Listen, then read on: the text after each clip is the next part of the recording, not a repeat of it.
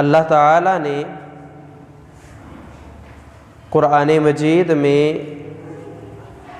مختلف اقوام اور ان کے پیغمبروں کا ذکر کیا ہے،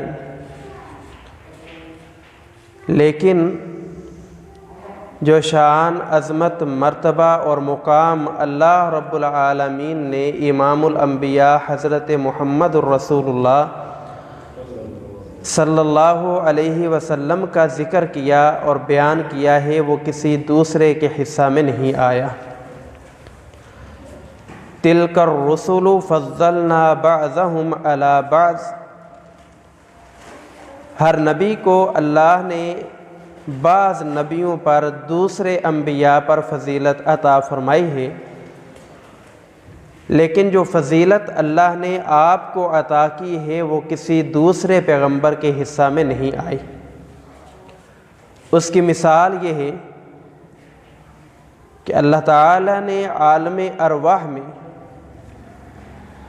نبی مکرم صلی اللہ علیہ وسلم کی شان، ذکر، تذکرہ کرتے ہوئے انبیاء کو مخاطب کیا اور فرمایا، اے انبیاء کی جماعت، تمہارے سروں پر نبوت کا تاج سجا دیا جائے، تمہیں تمہاری اقوام کی طرف مبعوث کر دیا جائے، پھر محمد الرسول اللہ صلی اللہ علیہ وسلم تشریف لے آئیں، لَتُؤْمِنُنَّ بِهِ وَلَتَنْصُرُنَّهُ، تم لوگوں نے اپنی نبوت کا سکہ نہیں چلانا بلکہ آپ پر ایمان لے کے آنا ہے، اور پھر آپ علیہ السلام کے ساتھ دینی امور میں معاون و ممد بن جانا ہے۔ کیا تم اس بات کا اقرار کرتے ہو؟ قالوا اقررنا فاشہدوا وانا معکم من الشاہدین، تمام انبیاء نے عالم ارواح میں یہ وعدہ کیا تھا، اللہ ہم اس بات کا وعدہ کرتے ہیں کہ تیرے نبی پر ایمان بھی لائیں گے، معاون بھی بنیں گے، ہم بھی اس بات پر گواہ ہیں، اے اللہ تو بھی ہمارے ساتھ اس بات میں گواہ بن جا۔ تو یہ وہ شان ہے جو اللہ تعالیٰ نے کسی دوسرے پیغمبر کو عطا نہیں کی ہے، اور اللہ رب العالمین نے قرآن مجید میں آپ کا تذکرہ کرتے ہوئے کہیں فرمایا ہے، وَمَا أَرْسَلْنَاكَ إِلَّا رَحْمَةً لِّلْعَالَمِينَ، کہ میرے پیغمبر علیہ السلام وہ تمام جہانوں کے لیے رحمت بنا کر بھیجے گئے ہیں۔ وَمَا أَرْسَلْنَاكَ إِلَّا كَافَّةً لِلنَّاسِ بَشِيرًا وَنَذِيرًا، اللہ تعالیٰ نے آپ کو ساری انسانیت کے لیے اور قیامت تک کے لیے اپنا پیغمبر بنا کر بھیج دیا ہے، اور کیسا پیغمبر بنا کر بھیجا ہے؟ انا خاتم النبیین لا نبی بعدی، میں آخری پیغمبر ہوں، میرے بعد کوئی نبی نہیں آئے گا۔ تو یہ شان اور عظمت اللہ رب العالمین نے آپ علیہ السلام کو عطا فرمائی ہے۔ اللہ کے نبی صلی اللہ علیہ وسلم کے صحابی حضرت کعب رضی اللہ تعالی عنہ سے ایک روایت صحیح بخاری میں موجود ہے، اور وہ روایت بڑی پیاری روایت ہے۔ سیدنا کعب رضی اللہ تعالی عنہ کہتے ہیں، انی اجد فی التوراۃ مکتوبہ، کہ محمد الرسول اللہ صلی اللہ علیہ وسلم کی شان و عظمت، مرتبہ، مقام، بلندی، رفعت وہ قرآن مجید میں ہی نہیں ہے۔ انی اجد فی التوراۃ، میں نے آپ کے اوصاف تورات میں پائے ہیں، میں نے آپ کا ذکر تورات میں پایا ہے، آپ کی شان اور آپ کا تذکرہ اللہ نے تورات میں کیا ہے۔ کن الفاظ کے ساتھ؟ میں نے تورات میں کیا پڑھا ہے آپ کے متعلق؟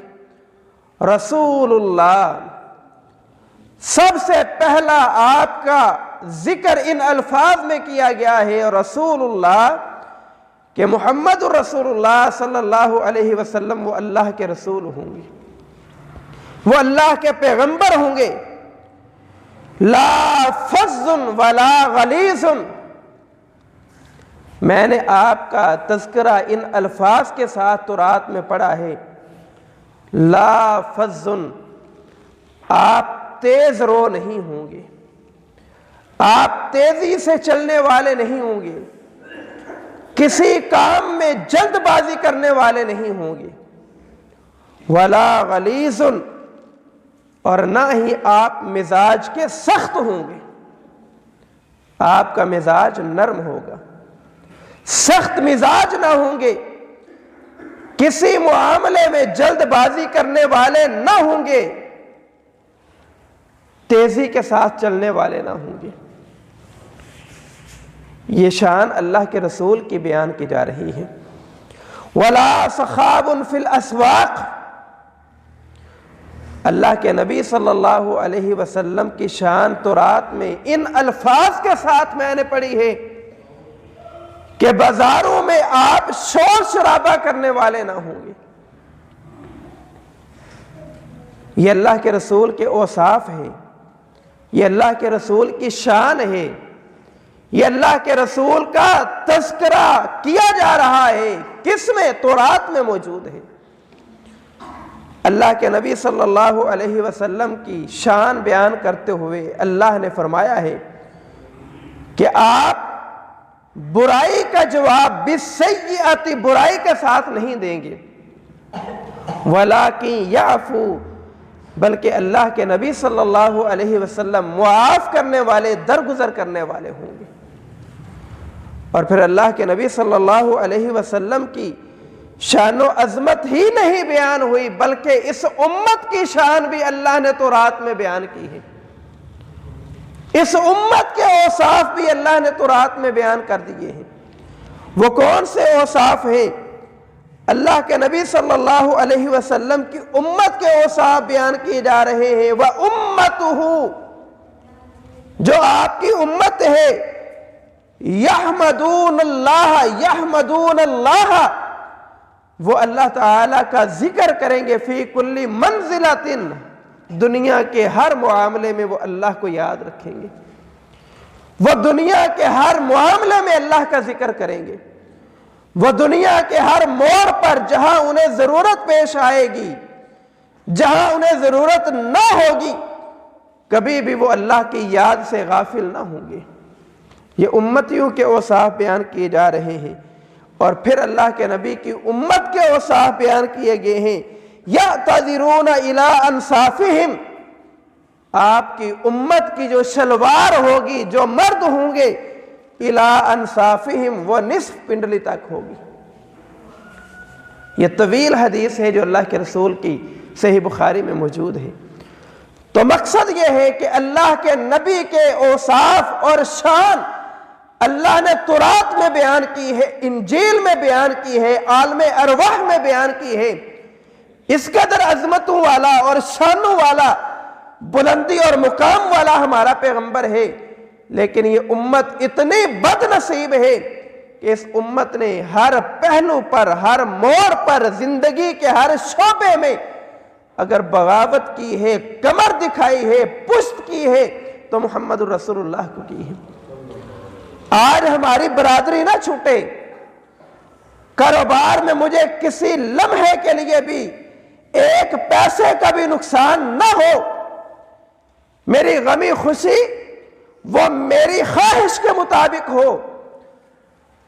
ہم اپنی ذات کا، اپنی برادری کا، اپنی خواہش کا بت نہیں توڑتے، لیکن محمد الرسول اللہ صلی اللہ علیہ وسلم کی سنت کو چھوڑ کر آپ کو پشت دکھا دیتے ہیں، آپ سے بغاوت کر دیتے ہیں۔ اس قدر شانوں والا پیغمبر کہ جو رات کو اٹھ اٹھ کر امت کے لیے روئے اور کہے اللہ میری امت کو معاف کر دے، اس قدر پیغمبر رحیم ہے، شفیق ہے۔ قیامت کا دن ہوگا، اپنا سر سجدے میں رکھ دیں گے، رو رو کر اللہ سے امت کے حق میں سفارش کریں گے۔ قیامت کے دن کا اللہ نے منظر بیان کیا ہے۔ آیت الکرسی ہم پڑھتے ہیں، 5 نمازوں کے بعد پڑھتے ہیں، رات کو بستر پر سونے سے پہلے پڑھتے ہیں۔ لمحے لمحے کے لیے بھی ہم نے کبھی غور نہیں کیا کہ آیت الکرسی میں اللہ نے قیامت کا منظر پیش کیا ہے اور ارشاد فرمایا ہے من ذا الذی یشفع عندہ الا باذنہ۔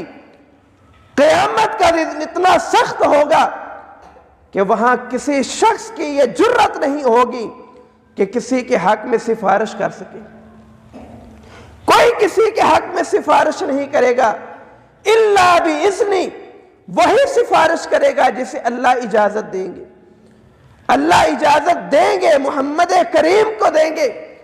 آپ اپنا سر سجدے میں رکھ دیں گے، اللہ کو منائیں گے، اللہ کو راضی کریں گے۔ اللہ فرمائیں گے ارفع راسک یا محمد، اے محمد صلی اللہ علیہ وسلم اپنا سر اٹھائے، سوال کرے تو عطا، جو مانگیں گے آپ کو عطا کیا جائے گا۔ ذرا ایک لمحہ کے لیے میں اور آپ سوچیں کہ مجھے اور آپ کو ہمارے ملک کا وزیر اعظم، سپر پاور کا صدر، ایک لمحے کے لیے مجھے اور آپ کو اختیار دے تو مانگ، میں تجھے وہ عطا کروں گا۔ ہم اللہ کے علاوہ ان غیر اللہ سے کیا کچھ نہیں مانگیں گے، اپنی ہر خواہش کا اظہار کر دیں گے، لیکن اس خواہش کا تعلق میرے اور آپ کے نفس کے ساتھ ہوگا۔ احکم الحاکمین رب العالمین کہہ رہا ہے سل تعطا، اے محمد آپ سوال کریں، آپ کو سوال کے بدلہ عطا کیا جائے گا۔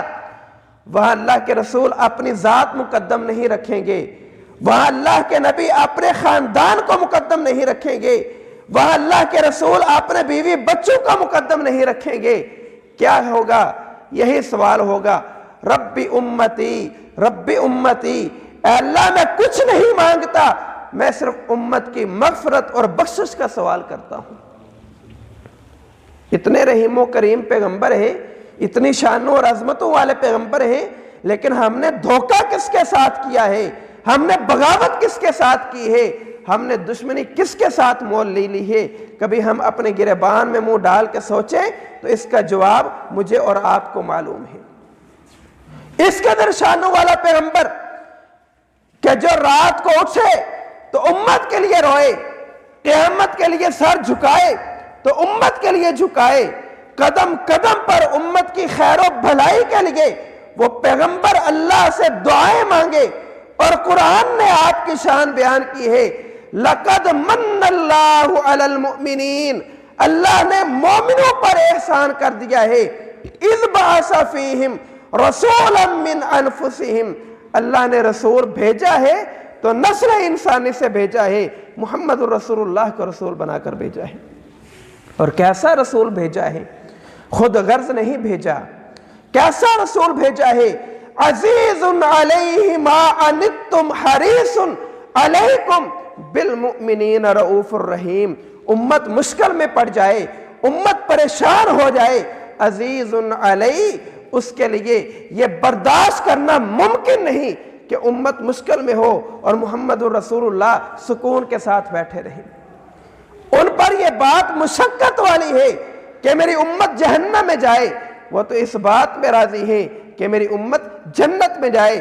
بالمؤمنین رؤوف الرحیم، محمد کریم کو اپنی امت سے محبت ہی بہت ہے، آپ کو اپنی امت سے پیار ہی بہت ہے، آپ اپنی امت سے محبت کرنے والے ہیں، لیکن یہ امت ہے کہ یہ محمد رسول اللہ سے محبت نہیں کرتی ہے۔ اللہ رب العالمین نے آپ علیہ السلام کا ذکر اور تذکرہ بیان کیا ہے، کن الفاظ میں کیا ہے؟ اللہ فرماتے ہیں وَرَفَعْنَا لَكَ ذِكْرَكَ، اے محمد علیہ السلام آپ کی شان میں جو گستاخی کر رہا ہے اسے کرنے دے۔ اِنَّا كَفَيْنَاكَ الْمُسْتَهْزِئِينَ، آپ کا دفاع کرنے کے لیے میں رب العالمین کافی ہوں، لیکن گستاخ رسول وہ اس زمین پر زندہ نہیں رہنا چاہیے، وَرَفَعْنَا لَكَ ذِكْرَكَ، ہم نے آپ کا ذکر بلند کر دیا ہے، آپ کی شان بلند کر دی ہے، آپ کا مرتبہ اور مقام بلند کر دیا ہے۔ اللہ کے نبی صلی اللہ علیہ وسلم نے فرمایا انا سید ولد آدم یوم القیامت ولا فخر، قیامت کے دن میں نسل انسانی کا، آدم کی اولاد کا سید سردار ہوں گا، ولا فخر، میں اس بات پر فخر نہیں کرتا۔ یہ اللہ کا انعام ہے، یہ اللہ کی رحمت ہے کہ اللہ نے مجھے نسل انسانی کا، آدم کی اولاد کا سردار بنایا ہے، میں اس بات پہ فخر نہیں کرتا ہوں۔ اور اللہ کے نبی نے فرمایا وَمَا مِن نَبِيٍّ يَوْمَئِذٍ آدَمُ فَمَنْ سَوَاهُ إِلَّا تَحْتَ لِوَائِي، نبی علیہ السلام کے ہاتھ میں جھنڈا ہوگا، آدم علیہ السلام سے لے کر سارے لوگ اگر کسی کے جھنڈے تلے ہوں گے تو وہ محمد الرسول اللہ کا جھنڈا ہوگا۔ اللہ آپ علیہ السلام کو جھنڈا عطا کرے گا، لیکن وہ لوگ جھنڈے تلے کھڑے ہوں گے جن لوگوں نے آپ کی سنت کے ساتھ محبت کی ہوگی۔ اللہ کے نبی نے فرمایا قیامت کے دن سب سے پہلے کسی کو سفارش کرنے کا حق دیا جائے گا، انا اولو شافعن، میں پہلا شخص ہوں گا جسے اللہ اجازت دے گا کہ محمد علیہ السلام اپنی امت کے حق میں سفارش کریں۔ اور پھر اللہ کے رسول سفارش کریں گے، اللہ کے نبی امت کے حق میں سفارش کریں گے۔ اللہ کے نبی امت کے لیے قیامت کے دن رو رو کر سفارش کریں گے۔ اللہ کے نبی نے فرمایا اُعطیت 70,000، اللہ تعالی 70,000 میری امت کے ایسے افراد یدخلون الجنت بغیر حساب، انہیں جنت میں بغیر حساب کے داخل کر دے گا۔ اور کبھی دوسری روایت کی طرف آئیں تو اللہ کے رسول کی شفقت امت کے ساتھ دیکھیں کہ اللہ کے نبی کہتے ہیں اللہ یہ 70,000 کی تعداد تو بہت تھوڑی ہے، یہ تو بہت کم ہے، میری امت تو بہت زیادہ ہے۔ اللہ کے نبی علیہ السلام کی اس سفارش کو بھی قبول کر لیا جائے گا۔ اللہ رب العالمین 70,000 کے ساتھ 70,000 کو اور جنت میں داخل کر دے گا، ایک شخص کے ساتھ 70,000 آدمی اللہ رب العالمین جنت میں داخل کر دے گا۔ اللہ کے نبی نے فرمایا بغیر حساب 70,000 لوگوں کو بغیر حساب کے جنت میں داخل کر دیا جائے گا۔ وَوُجُوهُهُمْ كَالْقَمَرِ كَلَيْلَةِ الْبَدْرِ، یہ جو 70,000 جنت میں داخل ہوں گے ان کے چہرے ایسے روشن ہوں گے جیسے 14ویں رات کا چاند چمک رہا ہوتا ہے۔ ایک صحابی کھڑے ہوئے سیدنا عکاشہ رضی اللہ تعالی عنہ، صحابہ نے پوچھا اللہ کے رسول یہ جو 70,000 بغیر حساب کے جنت میں جائیں گے ان کے اوصاف بھی تو ہوں گے، یہ کون سا کام کرتے ہوں گے، کن اوصاف کی وجہ سے یہ اللہ کے اتنے محبوب ہیں کہ اللہ بغیر حساب کے جنت میں داخل کر دے گا؟ اللہ کے نبی نے ارشاد فرمایا الذین لا یسترقون، یہ وہ لوگ ہیں جو دم نہیں کروایا کرتے تھے، جنہیں بغیر حساب کے جنت میں داخل کیا جائے گا، یہ دم نہیں کروانے والے ہوں گے۔ لا یتطیرون، یہ بدشگونی لینے والے نہیں ہوں گے۔ ولا یکتبون ولا یکتون، اور نہ ہی یہ پچھ لگوانے والے، داغ لگوانے والے، حجامہ کروانے والے ہوں گے۔ وعلی اللہ وعلی ربہم یتوکلون، یہ اپنے رب پر بھروسہ کرنے والے، اپنے رب سے دعائیں کرنے والے، اپنے رب کی عبادت کرنے والے ہوں گے۔ سیدنا عکاشہ کھڑے ہوئے، کہا اللہ کے رسول میرے لیے دعا کر دیں، اللہ تعالیٰ مجھے بغیر حساب کے ان داخل ہونے والوں میں مجھے بھی شامل کر دے۔ اللہ کے نبی نے فرمایا ہے عکاشہ انت فیہم، تو بھی وہ شخص ہے جسے اللہ بغیر حساب کے جنت میں داخل کرے گا، بغیر حساب کے جنت میں داخل کرے گا۔ ایک صحابی کھڑے ہوئے کہ اللہ کے رسول میرے لیے بھی دعا کر دیں۔ اللہ کے نبی نے فرمایا سبقہ کا عکاشہ سبقت لے گیا ہے، تو پیچھے رہ گیا ہے۔ اس قدر رحیم و شفیق پیغمبر، اس قدر محبت کرنے والا پیغمبر، اس قدر الفت کرنے والا پیغمبر، مگر آج ہمارا رویہ اس نبی کے ساتھ کیسا ہے؟ آج ہمارا رویہ اس نبی کے ساتھ ایسا ہے کہ مظلومانہ ہے، کبھی بھی ہم نے ان کی سنت کو اہمیت اور ترجیح نہیں دی۔ قرآن مجید کے 2 مقامات سنیں اور میں اور آپ اپنا محاسبہ کریں کہ قرآن مجید کن سے مخاطب ہے اور قرآن مجید نے کون سے الفاظ میرے اور آپ کے لیے استعمال کیے ہیں۔ پہلا مقام ہے، اللہ فرماتے ہیں یا ایھا الذین آمنو، اے ایمان والوں، اے کلمہ پڑھنے والوں، اے اسلام کا دعویٰ کرنے والوں، اے مسلمانوں، ادخلوا فی السلم کافہ، اسلام میں مکمل داخل ہو جاؤ، اسلام میں پورے داخل ہو جاؤ۔ کن کو خطاب کیا جا رہا ہے؟ مسلمانوں کو خطاب کیا جا رہا ہے۔ یہاں پہ یہودیوں عیسائیوں کا ذکر نہیں ہے، اور پہلے بھی آپ سن چکے ہیں کہ صحابہ کہتے ہیں جب یا ایھا الذین آمنو کا لقب کے الفاظ ہمارے کانوں سے ٹکراتے تو ہم متنبہ ہو جاتے، کہیں اللہ کی طرف سے ایمان والوں کے لیے ڈانٹ تو نازل نہیں ہو گئی۔ ہم متنبہ ہو جاتے اور ساری بات دھیان سے سنتے۔ یا ایھا الذین آمنو، اے ایمان والو، ادخلوا فی السلم کافہ، اسلام میں مکمل داخل ہو جاؤ۔ لگتا ہے پھر ہم ایمان اسلام میں مکمل داخل نہیں ہیں، اس لیے تو قرآن کہتا ہے مسلمانوں اسلام میں پورے داخل ہو جاؤ۔ قرآن کا دوسرا مقام سنیں، سورۃ التوبہ ہے، جہاد کا ذکر ہے، مومنین اور منافقین کا ذکر ہے۔ مومنین تو جہاد کے لیے تیار ہیں، نکل چکے ہیں۔ جو منافق ہیں انہوں نے کیا کہا؟ کبھی سورہ توبہ ترجمے سے پڑھیں تو پتہ چلتا ہے۔ انہوں نے کہا اے نبی علیہ السلام، ہمارے گھر کھلے ہیں، ہمارے گھر غیر محفوظ ہیں، ہم جہاد پہ چلے جائیں گے، ہمارے بیوی بچوں کا کیا بنے گا؟ ہمارے گھر محفوظ نہیں ہیں، مدینہ کے حالات سازگار نہیں ہیں۔ کون کہہ رہے ہیں؟ منافق کہہ رہے ہیں۔ اور قرآن نے کہا وَمَا هِيَ بِعَوْرَةٍ، وَمَا هِيَ بِعَوْرَةٍ،